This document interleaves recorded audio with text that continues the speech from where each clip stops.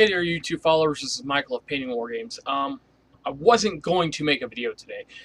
Today is Wednesday the 7th, I believe. I'm just going to check my computer. Yeah, Wednesday, May 7th. A lot of things have been going on in my life. Particularly, I had a funeral I went to today. I know I've got the white shirt on, but I sort of dressed down. I've been home relaxing for the last few hours. And, you know, I almost passed out at work on Saturday night, but you know, it's Wednesday, it's middle of the week. I got back from a funeral today. I really wasn't planning on making a video at all this week. And to get right to the point of why I'm making a video is, well, I subscribe to a channel called The Sustainable Center. He's a great Warhammer fantasy guy. You know, he reviews the books. I've been really watching a few of his review books for fantasy because I want to jump into fantasy. There's no doubt that I'm going to fantasy sometime in the next year. So I was actually sitting on my Galaxy S3 Mini. Now it's turned off a little bit. I was down here at my desk, you know, I was eating some chicken wings. I was like, all right, I'm going to watch a video. And he produced a video. And it's a video I didn't really want to see from the standpoint of it involves 40K. And it evolves around the rumors that are 7th edition. And like I said, it's been a hell of a week. You know, I've got to work the next 3 or 4 days. I'm not particularly in the cheerfulest of moods. You know, had a death in the family, so and then health-wise, I'm deteriorating a little bit. But I'm gonna get that checked out next week. So this is gonna be a ramble video. I'm gonna call it 7th edition Thoughts Part 2 because I have a Part 1, and that was like way back, like last year when they first said, "Hey, we're gonna make a 7th edition because we've fucked 6th edition up, so now we're gonna fix it." So this is gonna be a ramble video. It's going to be long. You guys can put it in the background, be painting, do whatever you're doing, because that's what I do at the Sustainable Center's videos when he talks about fantasy. Which is odd. He talked about 40K today. But he did it because people got a hold of him. They were asking him questions. So basically, I'm going to respond to what he said and in my own thoughts about it. So, guys, thought number one. One, I don't want a 7th edition 40K. Not yet. Not anytime soon. 5 years from now, please. But it seems like, you know, leaks have come out from the new White Dwarfs, pictures. People have seen it. They've read it. It's coming. It's coming one way or another. We can't stop it. It's on its way. And it seems like it's coming sooner rather than later. Like it's going to be here later on this month. You know, then later on next year. Okay, so the first rule that he talked about, the Unbound, this rule called Unbound. And it's basically saying, we have a Force org chart, but you don't have to use it. You can do whatever you want. You can take whatever models you want. I don't have any 40K models on my desk. But you could take, you know, say someone, and God bless you if you have 9 Wraith Knights, or 9 Stompas, or something crazy that costs $100+. God bless you. I love that you're contributing to the community. I don't want to see 9 of those on the table. Because Unbound basically says, you know that Force org chart? Yeah, you can use that, and we'll give you a little bit of a bonus if you do use that. Which I don't know, because he didn't get into it. I really haven't researched this matter. This is just a reaction video. Unbound says, you take whatever you want. There is no Force org chart, as far as we're concerned. You could take, and I think this is where it's going to come into. The cheese players are really going to come out of the closet. There's a guy that locally, his name is Avery, and if he's watching this, you can go take the suicide brick to your head because I don't like the way you play. I don't agree with not having a cap. I would almost go the way of fantasy. You have to spend so many points in, like troops and yada yada yada. Like I like the fantasy idea.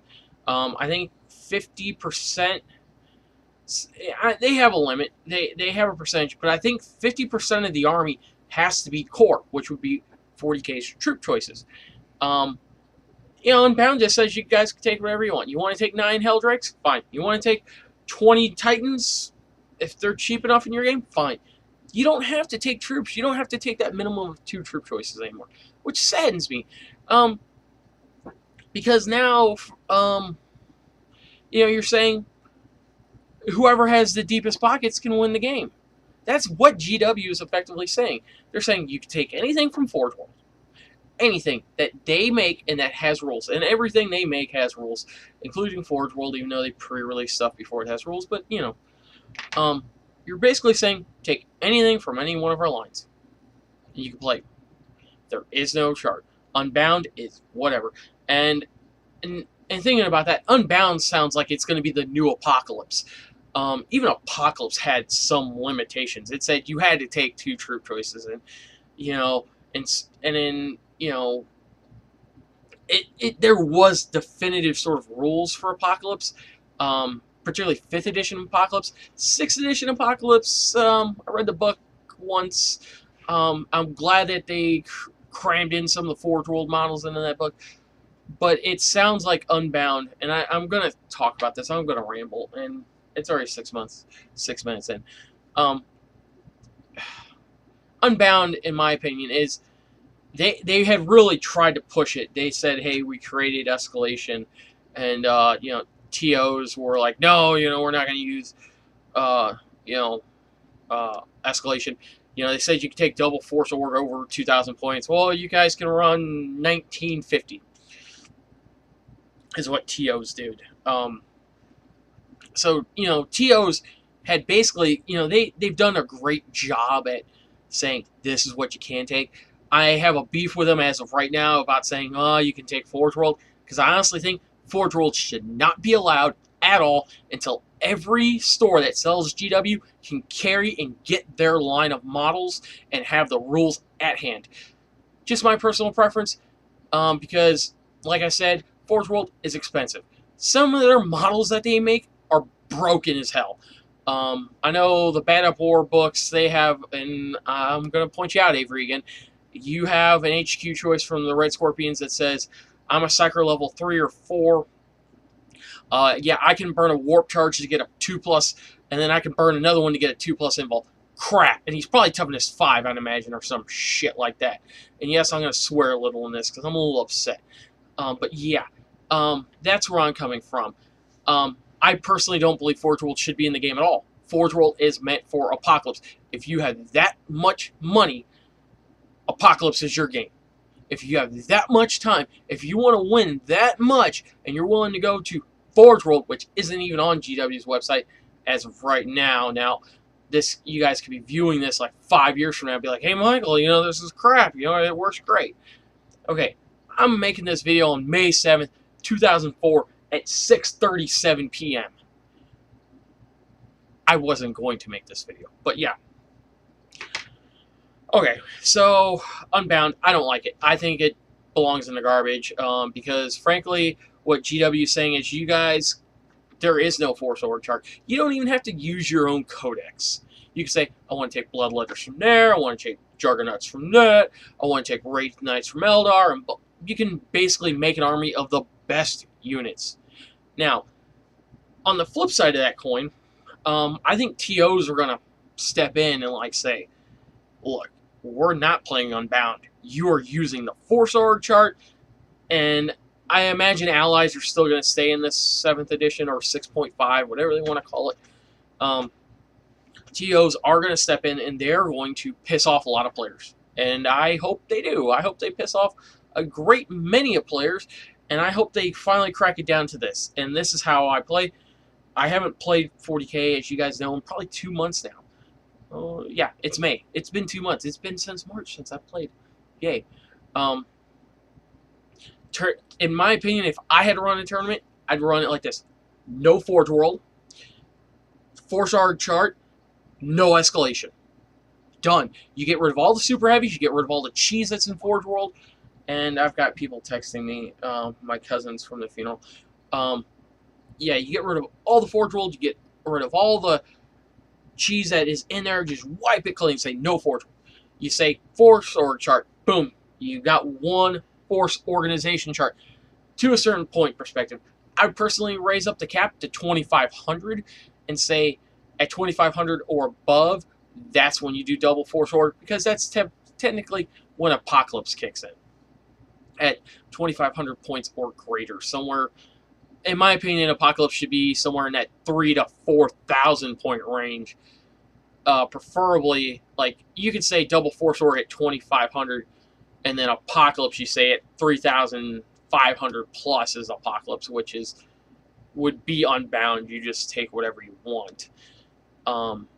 So yeah, get rid of Forge World. As far as supplements go, I honestly think tournaments should be core rulebooks. You want to run the core rulebook and you want to play in tournaments, more power to you. Supplements haven't been getting that great of publicity, like particularly in the St. Louis area. Yes, they have been used. Allies more come up than supplements. It just seems like supplements were another sort of jab at you for $50 to get this, hey, I have an extra rule for you. Hey, you can take this extra unit. So supplements I'd almost allow because they're not OP. They're not overpowered. But yeah, I'd put a level cap on points. Be like, look, this is, you guys want to play? You guys got to pay. Be like, you're gonna pay. You guys want to pay to come to my tournament? You're gonna play at this many points. Simple as that. And and if they want to have unbound tournaments, God bless you. God bless whoever actually wants to attend those stupid things. Because I'd imagine you'll see Bane Blades, you'll see Shadow Swords, you'll see Titans that don't technically have models, like the Imperium Titan or whatever that giant thing is. That's supposed to be like 4.5 feet tall that they don't technically have a model for, and Forge World won't make one. God bless you. You want to take that giant thing? I think it's like 3 or 4. It might be 10,000 points by itself or some crap.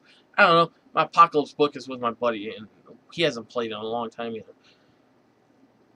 So yeah, that's my addition. That's my thought on Unbound. Okay, now we're gonna go into Demonology, and I haven't actually read this. I knew Unbound was out there, and I really haven't flushed it out. And I'm hoping I'm wrong about Unbound. But Demonology, the Sustainable Center. I don't know the guy's name. I'm sorry. The dude that's on the Sustainable Center.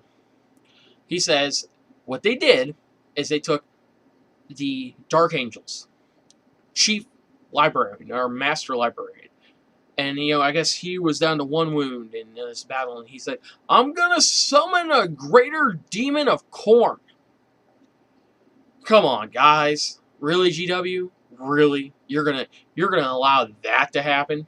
Okay, I have multiple problems with that. Not just fluff-wise, but game-wise. Okay. I'm gonna go off fluff-wise first. That way I can get this out of my system. 1, the Dark Angels are super anti-chaos, anything. Why do you... I don't have words to express how disgusted I am with that one. A part of the Dark Angels fluff was that they went rogue. A part of them went rogue, and now the remaining Dark Angels are out there hunting the rogue part of them. Hence, Dark Vengeance. That was a great starter set. It saw the Dark Angels going against a part of their former thing. Cypher, he's part of the fluff. I don't know. They're after him because he's he's one of the guys that's sided on Chaos, but he could be good. Who knows? But what loyal, good Imperium, and I'll put Eldar in that and Tau in that. What loyal faction, what good faction of all 40k would say, I'm going to sacrifice their chief, like Chapter Master or whatever, one of the top dogs, say, I'm going to sacrifice myself to let a greater demon of Khorne come in, or I'm going to let this bloodletter come in. I'm going to sacrifice it. I'm going to blow a warp charge, and poof, there he is. And it turns the tide. Ain't nobody got time for that. And I really don't want to say that, but ain't no loyal Imperium good guy type army in 40k got time for that crap. No, these guys are sworn. They're hardcore veterans to the core. Like, they go out and hunt these things. They ain't gonna say, "Hey, I'm gonna summon this greater demon of chaos," or "I'm gonna summon this like tyrannid beast." God help them if they actually go that route.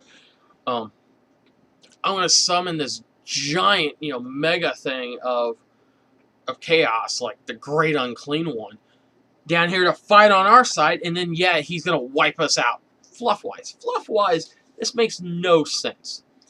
But if you were to say, and I'll give them this, if GW were to say evil factions like Chaos Space Marines, um, demons, orcs to a certain extent, um, Dark Eldar, because Dark Eldar are evil, and I don't care what GW says.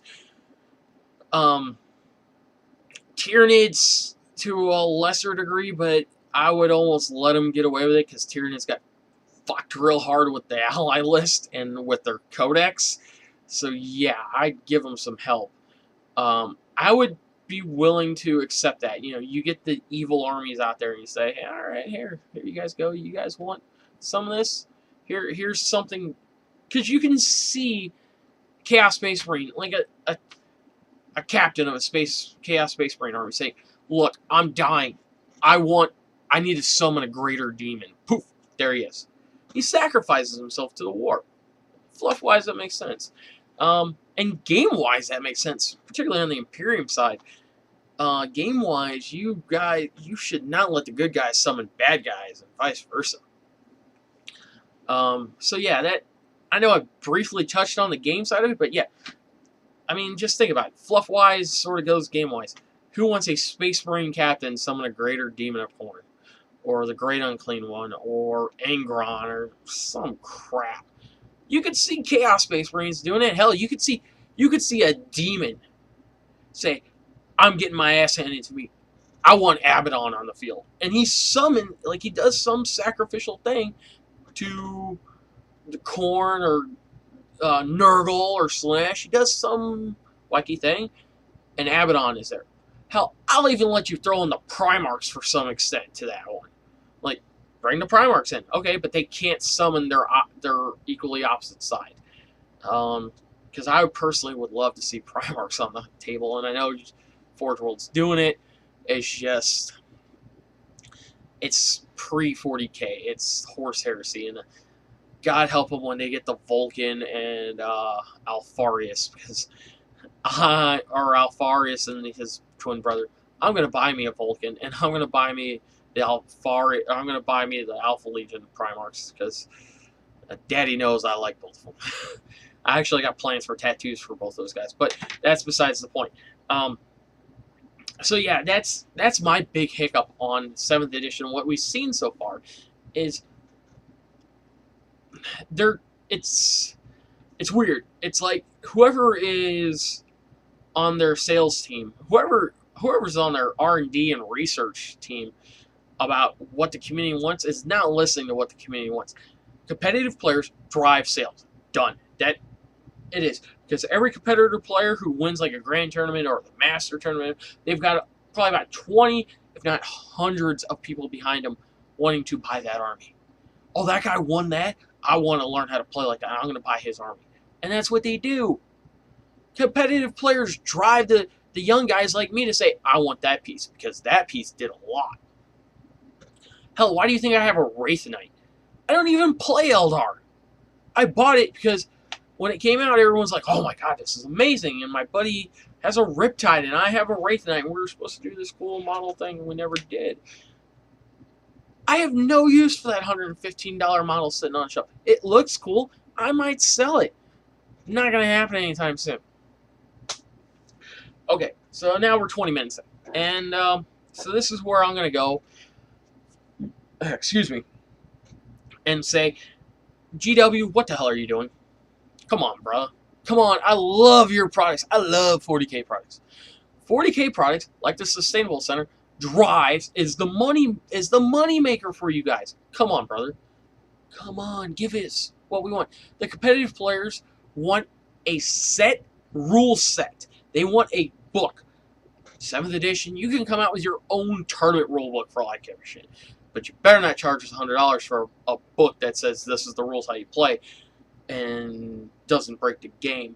Because 7th edition is $100. I'm going to be one of the first ones in my area that says, you know what, I'm going back to playing 5th edition. And actually, me and my buddy who got me into 40K, we talked about it last night, and he said, look, if 7th edition comes out and it's $100, he's like, you want to go back to playing 5th edition, or we can make our like own 5th edition, like 5.5. And I said, yeah, incorporate what is good out of 6, like Overwatch and Flyers and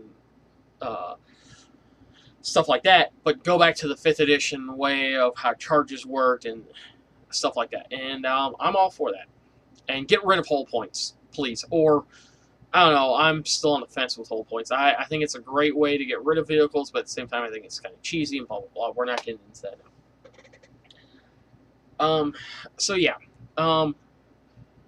Yeah, if Games Workshop is trying to destroy themselves, they're doing a really good job because they're not listening to us. They're, from blogs to forums to YouTube, we as a community have been very vocal about what we want. And Games Workshop is saying, we don't care what you want. We just want to sell everything. Well, when you're trying to sell everything, you've got to sort of have a set rules so that you can sell the crappy models along with the ultra powerful models. No one's going to buy Space Marine Tactical Marines anymore. Are they joking themselves? Them things suck. Someone out there tell me, who won a game with Tactical Marines? I know I've basically won games. I've gotten really close to winning them with scouts, with sniper rifles, and camo cloaks. But who has won a game with Tactical Marines? They're too expensive for their point cost. They don't do what they're meant to do. Tactical Marines, in my opinion, should be able to wield anything. That's an argument for another story or another time. I've won games with Hormagaunts back before Tyranids got nerfed in 6th edition. If I could go back to 5th edition rules with Tyranids, oh my god, I'd drop $1,000 probably in the next 2 months on Tyranids. I really would. It'd be amazing. I'd love Tyranids again. Because Tyranids rocked then. Tyranids don't rock in 6, and they don't rock with their new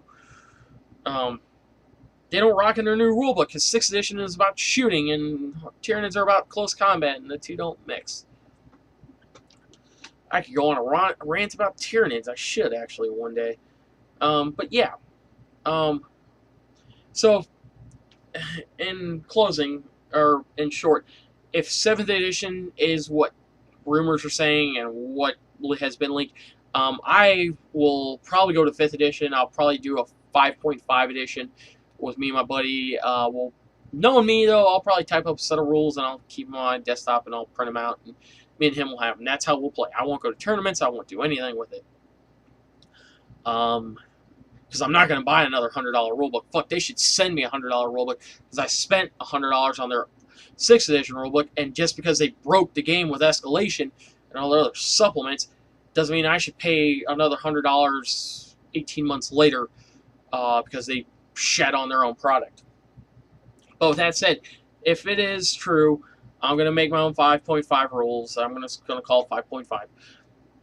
And to be honest, guys, I have had a really good itching to get into fantasy. And if this stuff is true, if, say, at the end of May, after my birthday, let's say the 27th, because rumors say that it's going to go on pre-order on the 17th and that it will release like somewhere between the 24th and 27th. If that happens, yeah, I'm jumping ship and I'm going to fantasy in a hurry. I have been toying with the idea of selling all my armies for Warhammer 40K.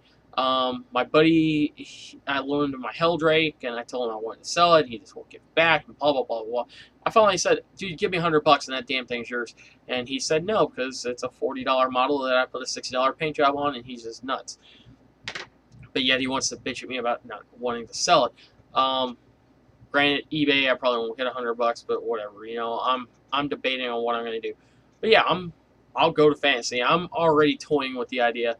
Wood Elves look amazing. I've watched the Sustainable Center's review on the Wood Elf book, and I like the way the models look.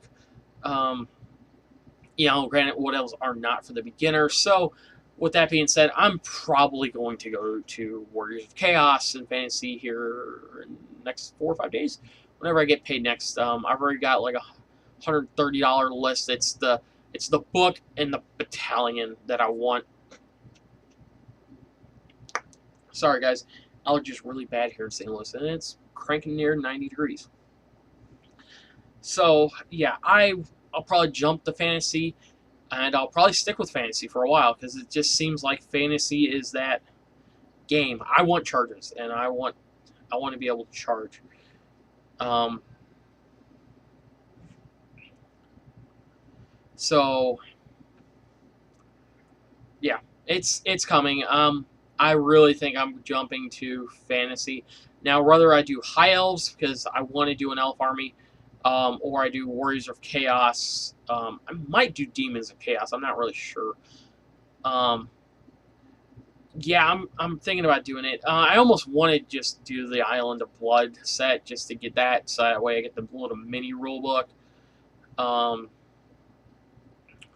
because I got a feeling 9th edition fantasy's coming out, and I don't want to spend $100 on a rule book. So yeah, I mean, I guess what I could do in theory is buy the Island of Blood and the rule book, and then the Battle Force, which I don't know how much is. I should have priced that. Actually, I'll try doing it right quick. There's that. There's that.